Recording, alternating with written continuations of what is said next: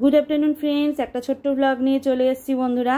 তো অনেক নিয়ে এসছে আমার হাজব্যান্ড মুসম্বি। এখন দুই মেয়েকে মুসম্বি রস করে দেব। আমি তো খাবো না, দুই মেয়েই খাবে। আমি যদি মুসম্বির রস খাই, এমনিতে সারা শরীরে প্রোটিন ভর্তি বন্ধুরা, এমনি ফ্যাটি শরীর, তারপরে যদি মুসম্বির রস খাই আমাকে আর দেখতে হবে না, বেফালতু জিমে যাওয়া হবে। তো ওই মুসম্বির রস আমি এটার মধ্যে করি। এটা দাম নিয়েছিল, এই মেশিনটা দাম নিয়েছিল 500 টাকার মতো, বড় বাজার থেকে নিয়ে এসেছিলো। খুব ভালো মুসম্বি রস হয়, কিন্তু বীজগুলো আলাদা হয়ে যায়। আমার ফ্রুট জুসার আছে, কিন্তু ওখানে যতবার মুসম্বি রস করতে গেছি বা যে কোনো বেদানা রস বলো, যে কোনো ফলের রস করতে গেছি, তিতো হয়ে গেছে, একদম তিতকুটি, ঠিক মতো হচ্ছে না। আসলে না, সত্যি কথা বলতে কি, আমি বা আমার হাজব্যান্ড ঠিক করে ফ্রুট জুসারটা ইউজ করতে শিখিনি, এখনো পারি না।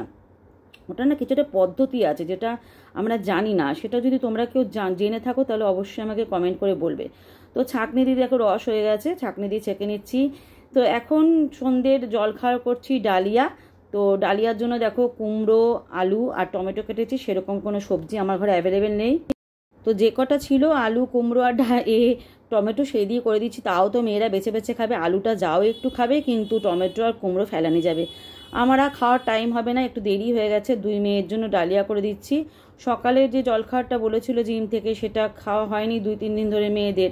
সকাল 7টার সময়, 7:30, 7টা 7:30 সময় বড় মেয়ে বেরিয়ে যাচ্ছে কলেজে, তখন তো মিষ্টি খাবার খেয়ে যেতে ইচ্ছা করে না। যদি বলি সেদ্ধ ভাত খেয়ে যা, সেটাও খেয়ে যাবে না, 1 গ্লাস ছাতু খেয়ে চলে যায়। আসে সেই দুপুর 2টো, 2:30 বা 4টে, যেরকম পরীক্ষা চলছে এখন সেই হিসাবে আসে।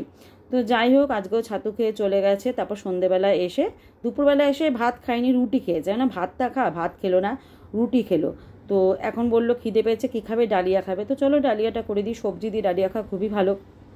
কিন্তু ওই যে আমার মেয়েরা সব যে একদম সাপটে সুপটে খাবে, সেটা কিন্তু একদমই সাপটে সুপটে খায় না, বেছে বেছে খায়, ওই জন্যই ওদের গায়ে লাগে না।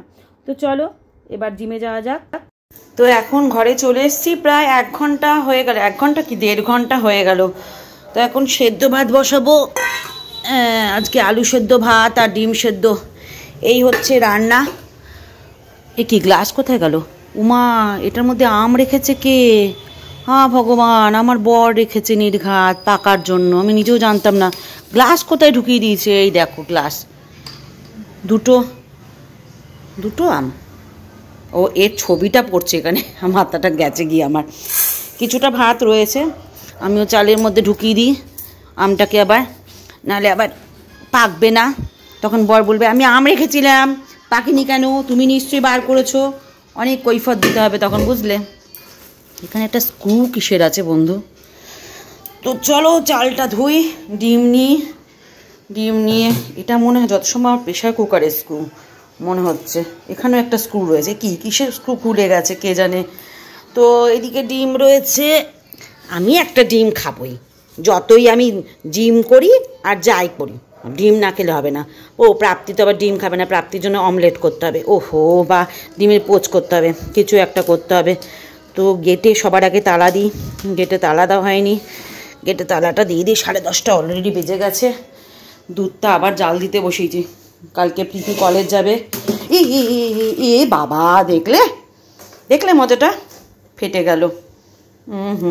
এটা আর খাওয়া যাবে না, এটাকে ফেলে দিই, দাঁড়াও। এই ঘরেরও জানলা খোলা আছে, সব জানলা দিয়ে ওই দেখো দোকান খোলা আছে, ক্লাব খোলা আছে। এই ক্লাবে কিন্তু আমি যাই না জিমে, এই ক্লাবে আমার হাজব্যান্ড থাকে না, আমার হাজব্যান্ডের ক্লাব আলাদা, সেই ক্লাবে যাই। অবশ্য হাজব্যান্ড এখন ওই ক্লাব ছেড়ে ওদের আরেকটা নতুন বিল্ডিং হয়েছে সেখানে যায়, আর ওই ক্লাবটা এখন ভাড়া দিয়ে দিয়েছে জিমের জন্য। আয়নাটা বেঁকে গেছে কেন? তো চলো, এই ঘরে কিছু নেই আপাতত, লাইটটা বন্ধ করে দিই, ছোটো লাইটটা জ্বালিয়ে দিই। ছোটো লাইট জ্বলেছে? হ্যাঁ জ্বলেছে। তো এখানে ডিমের পোচ করছি, হয়েই গেছে প্রায়। আমার না কেমন জানি না, ডিমের পোচ খেতে ভালো লাগে না একদম। এখানটা কি এরকমই থাকবে? আমি না ডিমের পোচ ঠিক করতে পারি না। উল্টো দিকের কুসুমটা দিয়ে দিলাম, সেদ্ধ না হলে ভালো লাগে বলো? কাঁচা কাঁচা খাওয়া যায়? এবার ঠিক আছে, এবার খাওয়া যাবে। আর এখানে 2টো ডিম সেদ্ধ, আলু সেদ্ধ, লঙ্কা, মাখন নিয়েছি, মাখবো। আর নুনটা এই বাটিতে নিয়েছি, কতটা নুন লাগবে জানি না, একটু সেদ্ধ করে ভেজে দিই, তাই কাঁচা কাঁচা থাকে ডিম ভিতরটা। এদিকে ডিম সেদ্ধ খাবে না আমার ছোটো মেয়ে, কিন্তু এরকম ডিমের পোচ খাবে। অদ্ভুত সব কাণ্ড কারখানা আমার বাড়িতে। চলো বাবা, গরম ভীষণ। কার কার দেখে খেতে ইচ্ছা করছে এরকম ভাত? একটু পেঁয়াজ হলে ভালো হতো। আমি আমার জন্য একটু পেঁয়াজ কাটবো, মেয়েরা পেঁয়াজ খায় না। ভীষণ গরম বন্ধুরা। নুনটা পরে দেবো, বাটি করে নিয়ে যাই নুনটা। অনেকগুলো লঙ্কা দিয়েছি, 3-4টে লঙ্কা দিয়েছি জানো, তার থেকে বেশি দিয়েছি মনে হয়, 4-5টা দিয়েছি। 3-4টে বলাটা ভুল হলো আমার। একটা পেঁয়াজ কামড় দিয়ে খেতেই হবে, নাহলে জমবে না। একটা লঙ্কা কামড় দিয়ে খাবো, আবার বাকি লঙ্কা মেখে নিলাম। 3 জনের ভাত একসঙ্গে নিয়েছি। গরম গরম ভাত মাখন দিয়ে হেব্বি জমে যায় ব্যাপারটা। নুনটা পরে দিচ্ছি, দাঁড়াও বাবা, গরম লাগছে, ছ্যাঁকা লাগছে ভীষণ। তো চলো মেখে নিই ভালো করে। তোমরাও করে খেয়ে নাও চটপট এরকম ভাত, হেব্বি লাগে হেব্বি লাগে। ওই বাবা গরম ভীষণ গো।